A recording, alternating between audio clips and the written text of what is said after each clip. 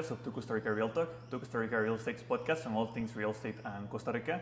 Today we're joined once again by Scott Cotter. How are you doing today, Scott? Doing wonderful, Alonso. Great to be with you. Today we're going to talk a little bit about the Marina Pez Vela, where we're currently recording this. So we got a pretty great, insightful look directly into the place. Perhaps to start off the podcast, I wanted to ask you about how the history and the initial concept of the marina comes, because the marina basically has always been here, like from when Quepos was a fisher town and when the banana plantations in the southern zone started. But eventually it also developed into what it is now. So perhaps I want to start off thinking of how this local landmark developed into also a kind of mixed use development.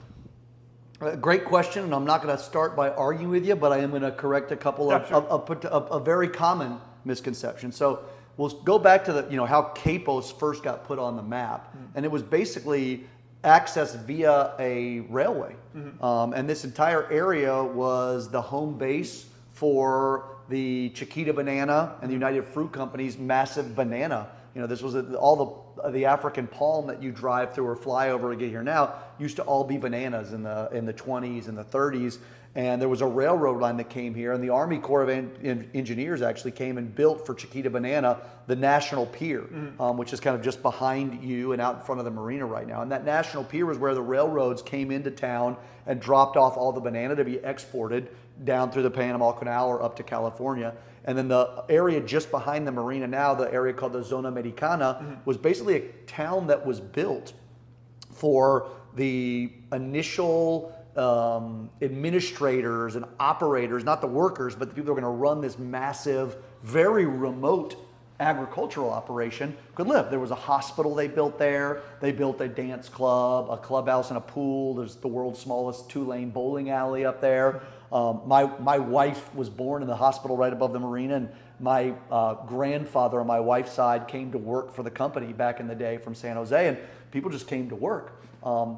In the late 60s, early 70s is when the first kind of adventuresome sport fishing people began to come here and realize the rich waters off the coast from local stories, and a lot of that lore that came from international people that came to work for the banana company, and they would see local fishermen, they would hear stories about what was happening in this water, and the first adventure seekers came to begin doing sport fishing. But those people were just moored. So you had the National Pier, which was the breakwater, and there's some elements here but they were just moored on anchors just off here. And to get to the boats, up until right around 2000, actually, if you wanted to go sport fishing here, you went to the National Pier, and a little dinghy came to pick you up on a very rickety platform, and then you would have a guy row you out or motor you out to your sport fishing boat, and you go out for your charters. Some of those very early visionary guys that loved fishing here and wanted to bring their own boats here, but said, I'm not going to bring my boat and tie it up on a mooring in the middle of nowhere in Central America. If I'm going to bring my boat here, I need to have some work. And they began the first visions of what they thought was going to be a small marina for them and some friends, 10, 15 boats. Make a long story short, they began to do the hydrostatic studies, to look at changing laws, to be able to do a marina, in public land here. It's public owned land. And the marina ended up growing. That when they began that dream was also the time that Costa Rica was really blossoming as a destination. We were seeing huge amounts of new money coming in, and this snowball effect took place where their vision for a very small sport fisherman's marina turned into the first rendition of plans for what is currently Marina Pez Vela. Those gentlemen were from Texas. They organized, funded, and built the existing breakwater cofferdam system, created the basin, and really laid the infrastructural foundation for what's Marina Pez Vela today. The marina is currently owned by a group of actually Latin American investors, Costa Rican and Nicaraguan, that are very sophisticated and very diversified developers and business people here with holdings in the banking industry and the insurance industry and the hospitality and commercial real estate. They took over the marina about 11 years ago and have really been the catalyst to the transformation into what is really a world-class marine facility, tourism place, and what's future going to have another new 40 condominiums, which are part of the future here. It's very interesting how, as you mentioned, like the early approach toward the Marina project also was kind of embraced by the Quepos. Like over time, it was kind of like the place for sports fishing in the area. And how were perhaps the progress of these like foundations to become over time to where it is today? Well, it's an interesting thing and one that the Marina takes really seriously. And I've been blessed that in addition to my role at Costa Rica, I've been a part of the development and administrative team here at the Marina for the past 10 years. And what I can tell you is the Marina is unique in a lot of different ways. Infrastructurally, this is a world-class Marina. So now we have 195 slips. We'll be building another 50 slips this year. We have the only full-service boat yard, basically south of Cabo San Lucas or south of the tip of Mexico, all the way down to Panama, where these expensive boats can get pulled out of the water with a 200-ton travel lift, and that maintenance of these vessels is really important. High-speed internet, there's fiber optic on all the docks. We have polished fuel we're selling, and there's a really great service set here. So, we used to think when the marina was being built about trying to be the best marina in Costa Rica, and one of the things that we've been realizing with more international visitors, that Marina Pez Vela is among the finest marina facilities anywhere in the world, and its continued growth is going to continue to highlight that. You asked about its acceptance into the community, and I think that's really the biggest differentiating element about this marina and other marinas in Costa Rica and around the world, and probably also about any tourism project. Typically, coastal development has been about, here's this beautiful piece of beach that maybe locals used to go to. Now we're going to buy it, develop a big hotel, and the locals can't go anymore unless they're going to go work as a waiter, as a receptionist. And there's been from the days of the old plantation or the days of the old Chiquita Banana and United Fruit Company, there's always been kind of a love-hate relationship between the local communities and what I'll call the compañía. The compañía used to be Chiquita Banana or United Fruit Company, and local people and people that came to work loved them because they were providing new jobs, new opportunity, building new infrastructure, and there was a lot of wonderful things about that. But there was also an intrinsic resentment because they would build the American zone, where only the higher end employees could live and work and have the more polished amenities, and those that couldn't access that zone. The same thing's true, and that banana company mentality existed for 40, 50 years. For a lot of people, I explain is that, and the marinas recognize this, tourism in many ways in Costa Rica is the new compañía bananera. It's the new banana company. And so while everyone is really grateful and loves the economic investment, the new jobs, what Costa Ricans are earning on the coast working in tourism compared to what professionals are earning in San Jose, oftentimes with college degrees, can sometimes make it more lucrative to be a waiter at the coast than it might be to be a banker in San Jose, and there's appreciation for that. But there's also, because of the way development has taken place, a certain resentment of, well, great opportunity, but there goes that beach, or there goes that piece of my history or my country, and balancing that's really difficult. I think Marina Pez Vela, one of its founding guiding principles and one of the reasons it's so successful is it's one of the first projects that is very exclusive, that brings in world-class people, that's attracting that high-end dollars, creating high-end jobs, but it's an open public marina. And part of the DNA here has been about making Quepos and making Quepeños and making Costa Ricans feel like this is as much their public space as it is the guy that has a $20 million boat floating in the marina, and having both of those people feel comfortable. So, tying it back to your question, how have people reacted?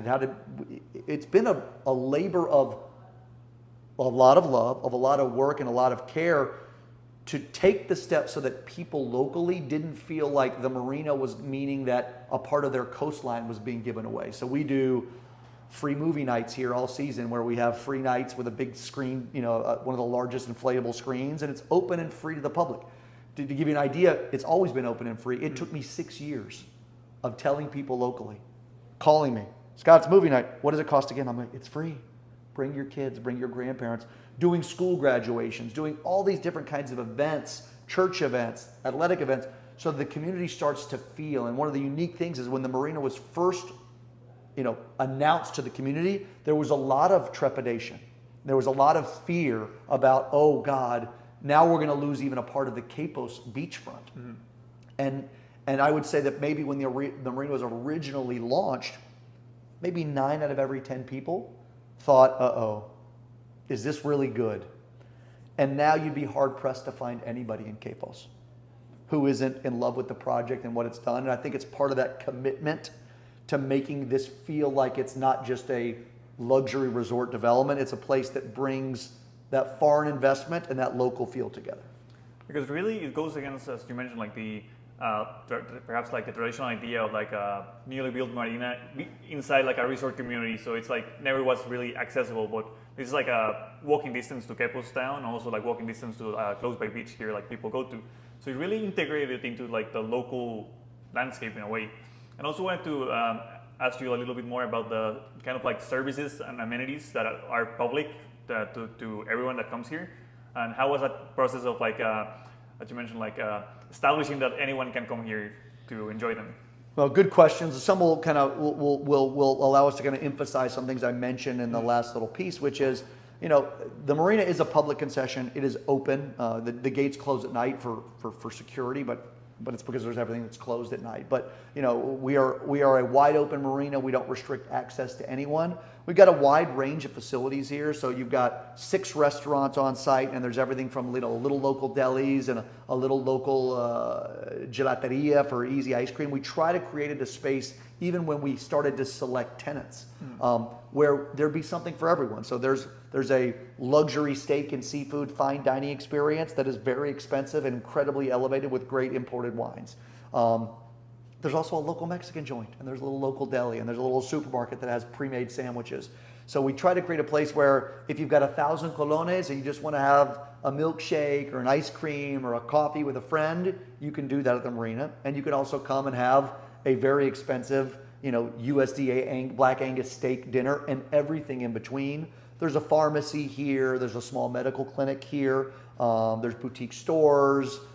There's a beauty salon here. There's some tourism operators here. So we have a unique mix, but I think the marina, one of the things we've made a commitment to doing to our own expense at the beginning was when we built the marina, it would have been easy because we have the development team has a lot of commercial ties to very big corporate investors. So international chains and international things that will pay a high rent, and they're very secure tenants, but they, in some way, shape, or form, could have affected that local criollo authentic feel. So almost all of the businesses here, with a couple of exceptions, are locally owned and operated. You don't see international brands and international chains here, and it's not because they don't want to be here.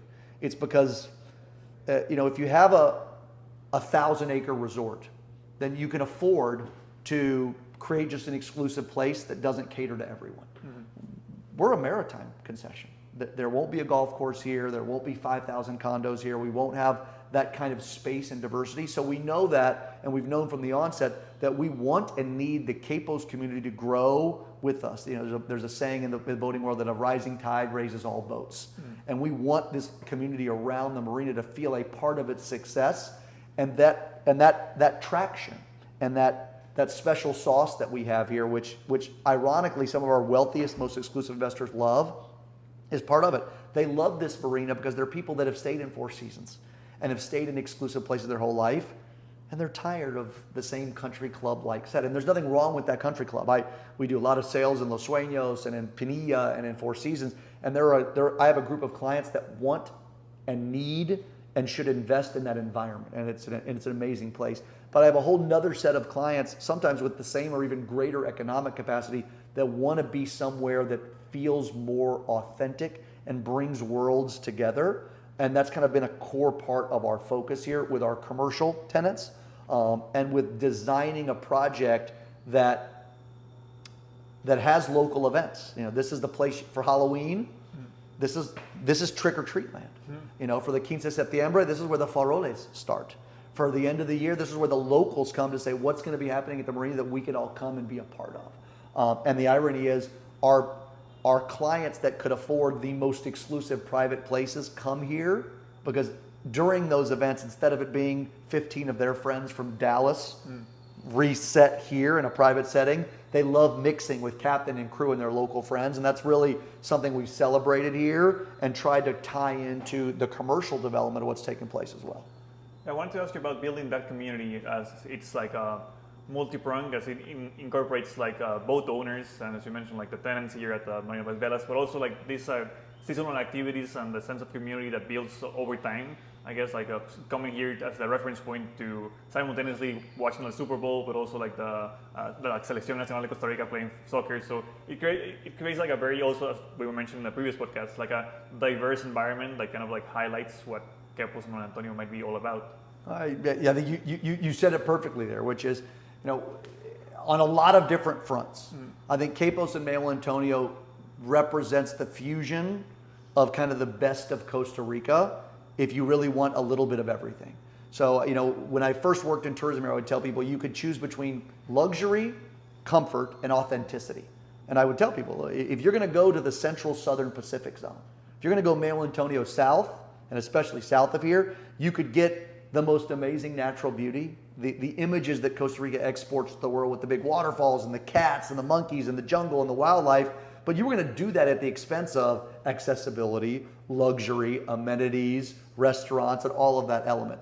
Or you could have all of that luxury and easy to get to destinations, but if you think you were going to go sit on that beach in a branded resort and have 4 types of monkeys and scarlet macaws and a waterfall that's 2 minutes from your place, it's a lot that it won't exist. And so I used to tell people you had to make this choice.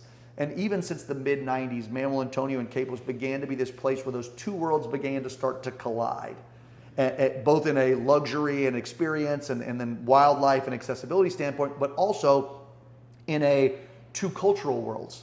So if I wanted cable TV and the Today Show in the morning, if I wanted people that spoke English and some polished international service, but I also wanted to have a real experience. I wanted to see local Costa Ricans in their lifestyle. I wanted to go to restaurants and eat like a local and feel like a local. This is those places where both the infrastructural and ecosystemic worlds came together, but also where those cultural worlds came together. And with the marina, it's probably our biggest challenge day to day. We still focus this every day. Who do we dedicate parking to? Who do we dedicate space to? Who's more important? The boat owner, our core client at the marina. The town. What event takes priority? But ultimately that, like I think in anything in the world, usually your biggest challenges are the things that mark and define you the most. I think that's the reason why this marina is so successful. And that fusion of worlds is now come together culturally here where, it's funny, we have a lot of Costa Ricans that come to watch the Super Bowl and they're learning about football. And you come here to watch the Super Bowl and there's gringos with their faces painted wanting burgers and chili, and there's Costa Ricans trying chili and cheering when somebody fumbles because they don't know, but they're learning, and there's 5 gringos not explaining, making desperate failed attempts at explaining football or American football to Costa Ricans. And then you'll see the Quinta Septiembre and school kids and families and people doing faroles and baile típico, and you'll watch those same gringos who are trying to explain our cultures and celebrate them with local Costa Ricans, listening and learning and asking questions while the waiters, the waitresses, the local captains and crews will explain to them about marimba and the tradition and the dance and whatnot. And that magic that this marina has created it's way bigger than just the infrastructure. You asked that question before. There's great slips. The world-class Costa Rican built infrastructure for the boat owners. And that is a very important element when you meet people that come here. They're amazed that our marine facilities, our fuel dock facilities, our boatyard facilities, our provisioning ability here is every bit as good as a marina in Fort Lauderdale or in Martha's Vineyard or in the Bahamas or anywhere else. It is a world-class facility, but the magic, we consider that at Pez Vela to be the base. You're going to get world-class infrastructure and facility here, but in addition to that, again, I keep saying it, you're going to get this special sauce that is really unique and you can't find anywhere else. And there's also something that I think is very interesting considering how, as we touched upon in the previous podcast, San Antonio has also kind of grown to become not just like for local Quepeños, but also like the coastal, like Central Valley middle class, like reference point. And the marina has also become also a kind of like local tourist experience in a way. At least for my contemporaries, many people are like, oh yeah, I want to go to Quepos just to see like what the marina became and to enjoy those amenities myself. So it's interesting to see also how it brings like local people from outside the area. Well, absolutely, and I think some of that started with Los Sueños. That was the first aspirational resort on the Central Pacific coast, and because of the proximity to San Jose, that was an hour drive. That was the first experience a lot of Costa Ricans had with aspirational ownership, a weekend condo, a vacation spot for the upper level owners, and other people just to go visit. But there's certainly a reality there of it is much more of a gated, exclusive resort place, and so there's a certain level of even when I came, there was a certain level of intimidation of, do I fit in here? When I go to the restaurant there, am I a comfortable visitor or is it an uncomfortable, in a fishbowl, me looking at this other world? And it's a stunning world and it's an amazing world, but the experience is very different. And one of the things that's been so magical, I think, about Quepos and Manuel Antonio with that national population, I think it's so special about the experience here is to be in a place where someone that has a unlimited budget or owns a $20 million sport or a $10 million or a $5 million sport fishing vessel, and they feel as comfortable as the local guy who's been saving up for 3 months to take his girlfriend out for a night at dinner at one of the nicer restaurants. And they all feel at home. They all feel a sense of ownership and pride. They all feel a sense of belonging. And that's what it's almost impossible to encapsulate in words, and especially on a podcast. But I think that if you asked 1,000 people that visit the marina in some way, shape, or form, their response would all link back to that. The guards and our service team were so helpful. The wait staff was so helpful. I didn't get treated different as a local than the American family sitting at the restaurant next to me. And that stripping down of kind of a social status and creating a really beautiful, magical public space where everybody's welcome and everybody respects one another and their cultures and can kind of blend together. I think it's not only unique in Costa Rica, but I think in the world we live in, it's resonating more and more and more with our international travelers who come here and feel something that they can't necessarily put their finger on what it is, but it's that sensation. I think in general, Costa Rica gives to people that pura vida, we can call it. But here, I think it's hyper-focused. And perhaps to start running off the podcast, I want to ask you how do those intangibles also built into like the future projects and the continued growth of the marina? Well, the growth of the marina, we're in an important stage right now. So, you guys came in to visit us. One of the things that you're going to note is we are now in construction for our first vertical condo and villa development here. They're touristic villas. There'll be 40 of them and a commercial expansion. We're also going to be starting later this year, early next year, the final expansion of our last 50 slips to be built here. So the marina, one of the things that we found is our only limit to growth has been our own growth.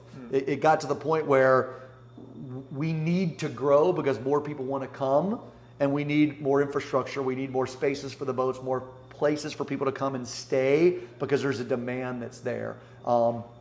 I think it's the product of all of that, the last 10 years of cultural work, of building this space and kind of creating a brand. Even our local marine store. 5 years ago we joked, one day we'll sell shirts. Now we have a robust brand because people identify what they feel when they come and they want to take something away from it. But the next 5 years, the marina are going to be very important. We have started construction on the 40 villas here. There's going to be 22 two-bedrooms and 18 three-bedroom villas. There'll be 50 new slips here. We will have all of the slips and all of the new villas and commercial expansion completed by December of 2025. And then you're going to really see a whole different trajectory and continuation of this vibe. More jobs, more local people, more restaurants, more commercial, more high-end investors coming, and then continuing this kind of unique mix. Thanks, Scott. Any final remarks, perhaps? Well, thank you. I love talking about the marina. It's a place that I love and have poured a lot of my own personal passion into. But the only thing I would close with is come and visit. There's nothing I can say that replaces what an afternoon or two or a sunset at one of our restaurants here will make you feel. Yeah, well, we've already experienced it here and can vouch for that. So thanks for having us as well. Pleasure. If you enjoyed the conversation, you can follow To Costa Rica Real Talk in your favorite streaming platform and To Costa Rica Real Estate in all social media.